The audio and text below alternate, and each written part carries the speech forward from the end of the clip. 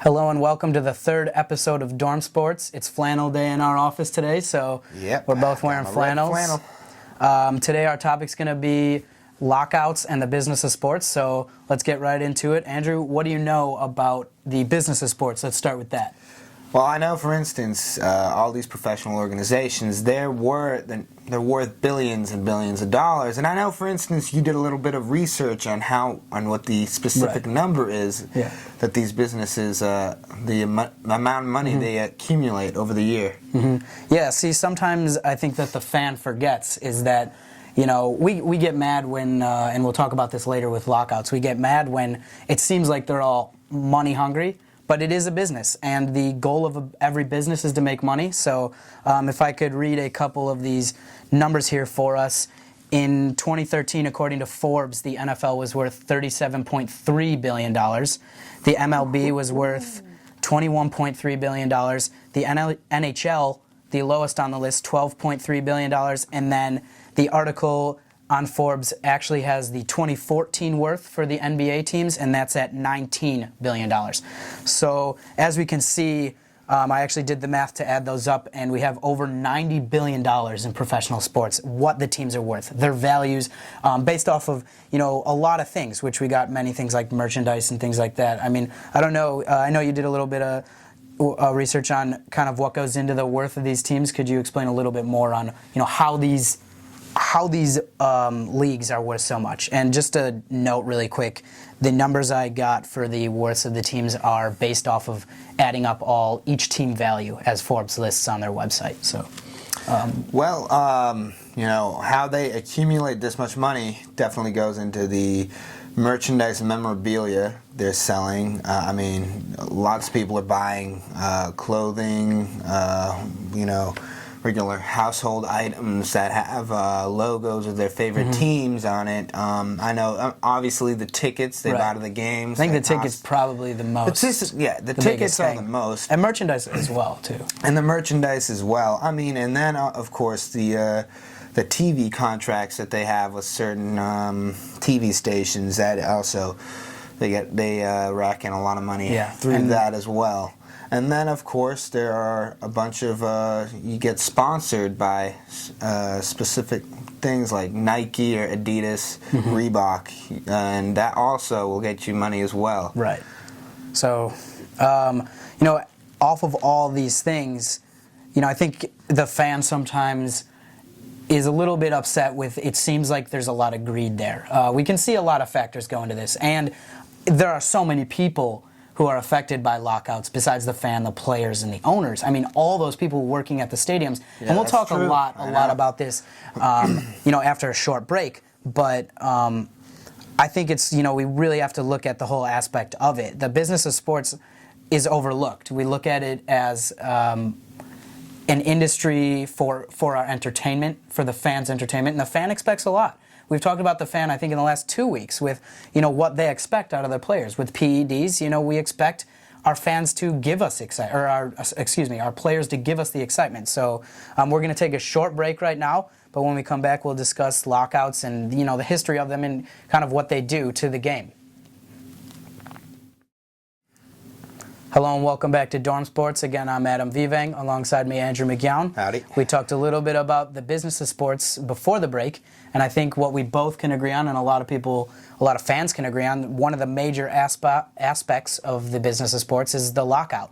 A lockout is imposed by the managers or the owners of the teams, and the players then will probably go on strike a lot of times and refuse to play.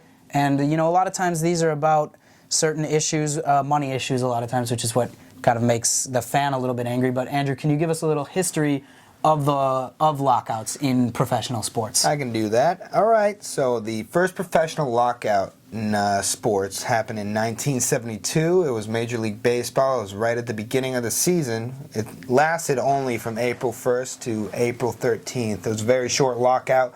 Full season was played, playoffs, World Series. Yeah. I think they missed a couple games at the beginning because they missed probably season starts before. They missed a couple of games at the beginning of the year. And then most recent lockout that happened was in 2012. It was the National Hockey League. And the lockout lasted 119 days, and they missed about half the season in the NHL. Made a lot of fans upset and angry, but at least there's still a hockey season to still be played. Right. And then the most famous lockout in professional sports history happened in 2004, and again, it was the National Hockey League, and it lasted 310 days. And we missed an entire season of hockey. Yeah. And just tell me, Adam, what are your thoughts on that? Yeah, I mean, interesting fact to go off of the NHL lockout in 04 and 05 is that it was the only lockout in professional sports history to take away the entire season. I remember it personally because I had tickets to see the Hawks that year, and all the games were canceled. I was not very happy. Pretty pissed. Yeah, not happy at all. But I think it's important that we take a little while to look at what drives these lockouts, why we have them. So, after doing a lot of research on the history of it and seeing all these different ones, I did notice that there were really two main reasons for lockouts. I think we have free agency disputes, and then we have salary cap disputes. And after reading a little bit up on it, the free agency disputes are a lot of times the owners of the teams want compensation when a player leaves for free agency. And so the players will then strike because this really restricts how free the player is. Here we have free agency where the player is free to really choose where he wants to go. Where we saw LeBron's decision, that was huge. He's a free agent. He gets to decide where he wants to go. Now, he's not taking as much money going to the Heat as he could have somewhere else because he wanted to put together a superstar team, which now I don't want to get into that because it's a whole nother can of beans. But conversation. Yeah, and I think it'd be a little heated since we're Chicago and Boston fans. Comes with the territory. Right. I mean, obviously, all respect to LeBron for what he's done in the game. He's a great player. But that's for another day. The salary cap issues come between the owners and players, which we can specifically see that the owners want a salary cap because it restricts the amount that you can pay, the amount of payroll you can have on your team. So the players, makes it cheaper for them. Right, so they don't have to pay the players as much, but the players don't want it for obvious reasons because if there is no salary cap, they can be paid more money. So there's no cap to that. So, I mean, what are your thoughts on the salary cap? I know the MLB does not have a salary cap compared to the rest of the leagues, and can you talk a little bit about what they're doing? It's a little interesting you bring up the MLB. The MLB does not have a salary cap. They have a luxury tax, and the luxury tax in the MLB is when a team spends over $178 million. That was the number in 2013, I believe. And that was the number in 2013. They are taxed for every other dollar that they spend. And this is a way to discourage big market teams from spending a lot of money because you will get taxed very heavily. But, I mean, it doesn't always work. For example, the New York Yankees in 2013 had a $29 million luxury tax. That's what they had to pay, right? They had to pay $29 million just from taxes. And it's kind of ironic because the Houston Astros payroll in 2013 was $24 million. So the Yankees basically paid more in taxes than the Houston Astros paid as a team collectively on their players. So is a salary cap, it kind of evens out the playing field, right? So we've got a salary cap is supposed to even out the playing field. Like, I can take an example for an NBA team like the Milwaukee Bucks. They're the lowest valued team in the NBA, and they can compete on an even playing field as like a team like the most expensive or valued team, the New York Knicks, who are valued at I think at $1.4 billion. Right. And the Bucks are worth $405 million according to Forbes, actually for the 2014 season. The 2014 season. So it's interesting that a team that's the lowest valued and highest valued are able to compete with each other, and this is because of the salary cap. Mm-hmm. And it's good because these smaller market teams are able to compete with these bigger market teams, and it makes you wonder whether they should implement a system like that in Major League Baseball as well. Yeah, I think the luxury tax is, I think what you're getting at is that the salary cap system does work. You're always going to have richer teams, and there's always going to be, those richer teams where people may want to play more. As we talked about the business part before, when fans are buying tickets, when, that sort of thing. The Knicks, yes, valued at $1.4 billion. You're in New York. Madison Square Garden is place to be. I can't even explain it. Lights even out, being in Boston now, when I hear the Garden, I still think of Madison Square Garden. I know you probably don't want to hear that, but I think you have to give it the respect. It's a great venue. I personally have never been there. I really want to go, but if we look at the MLB, like you said before, it's crazy that the Yankees, a team worth $2.3 billion, spent, I believe, $228 million on their payroll in 2013. They are an absurd amount of money over the luxury tax, where it was set at $178 million. The Houston Astros with a $24 million payroll? Yeah. I mean, it's clearly not working. I think the goal of the luxury tax, much like everything else, is to make the game fair. It's not working. The Houston Astros were valued, not actually at the bottom of the list, they're valued at $626 million.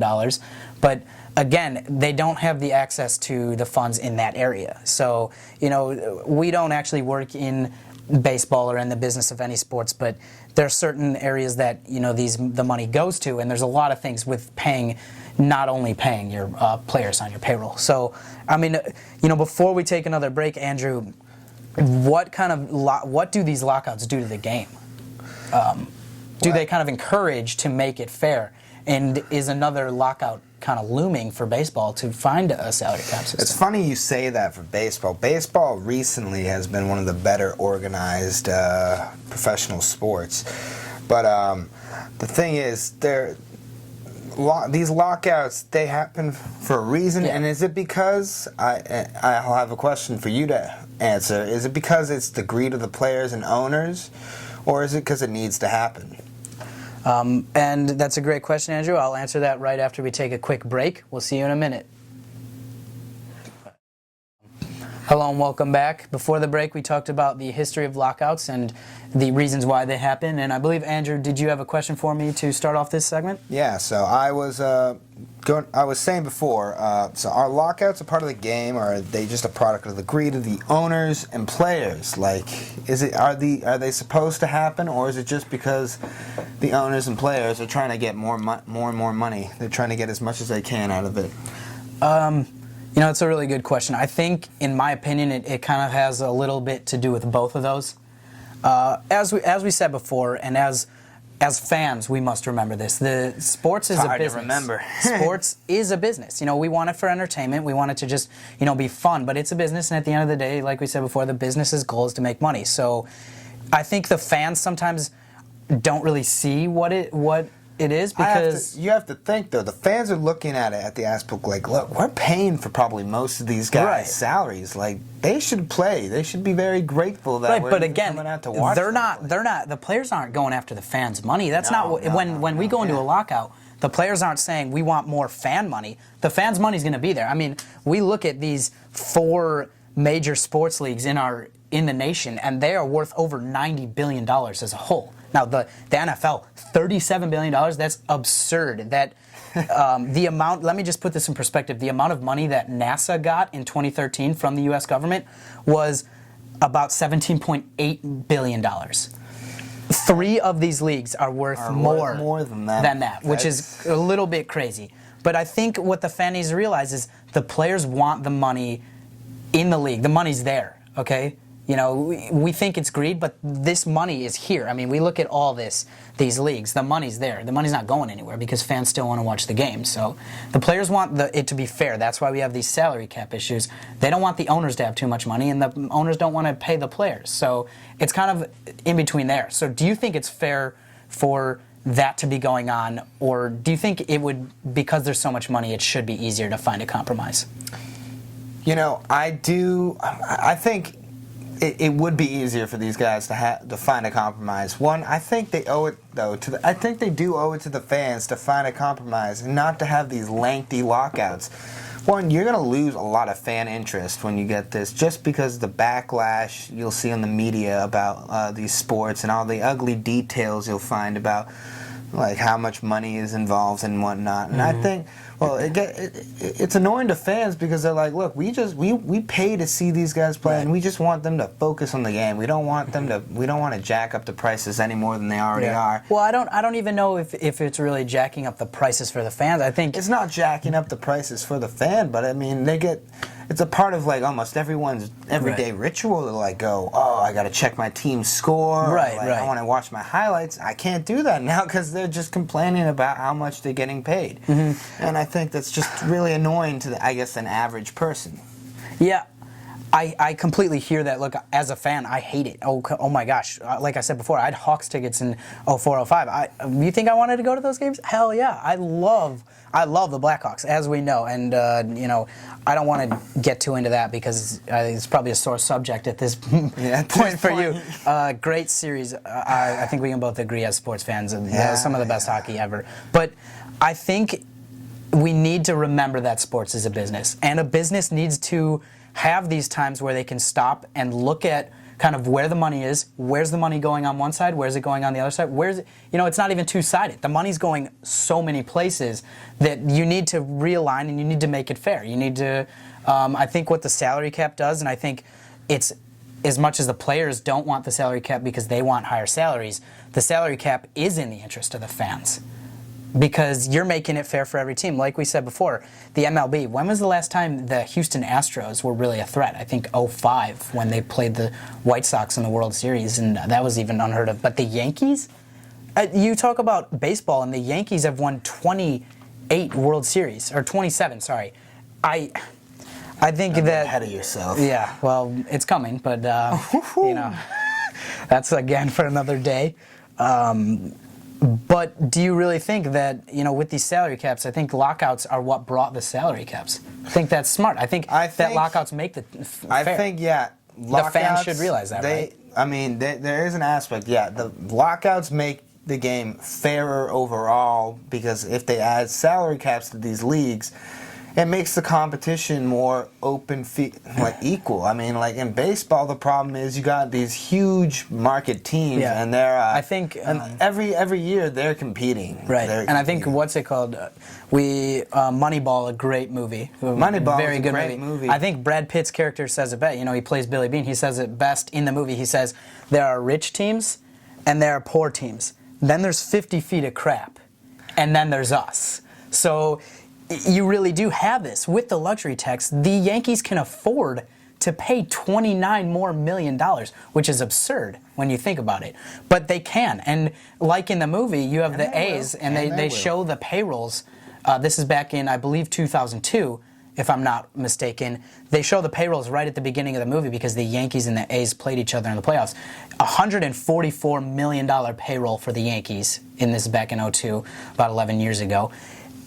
For a little bit over $40 million for the A's. So how do you even compete on that level? We see in that movie a huge part of the business side. If you really want to watch a really good business sports movie, that's what you got to watch. So do you see it as, like, if we look at the other leagues, don't you agree that lockouts kind of do inspire, or not inspire, but help us kind of make the game more fair. Sorry. Yeah, more fair, and I like what's being done in, for instance, the NBA, NHL, and National Football League because they have the opportunity to go out and sign players just like any other team would, and I think that's better. I mean, it still doesn't mean a player will choose a small market team over a big market team because.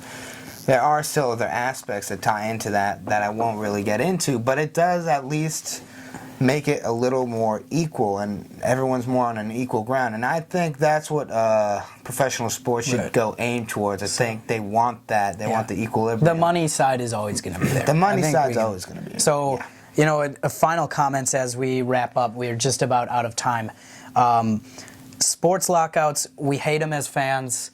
They do make, and I think a lot of fans should realize that they do make the sport a little bit more fair. And hopefully, I don't know if a salary cap is in the near future for the MLB. I'm not here to make that prediction. But final comments on the lockouts: is it just a product of the greed, or is it something that we have to accept as regulating the game? Look, I understand the argument that the fans should just accept it. But I think they do owe it to the fans that they should it should never reach a point where there's a lockout and you miss games in a season. I understand that they should have, but I think that's in the off season. Yeah, they should use the discussion for the off season. I don't think they owe it to the fans and people to, be prepared and have a season ready by day one every time a new calendar year starts. And I hope that's what will happen in the near future. Probably not, of course. I'm being a little too optimistic. Yeah, I think here. But we have to I think accept. fans, I think they're a little irritated when lockouts happen, and I don't blame them. Yeah.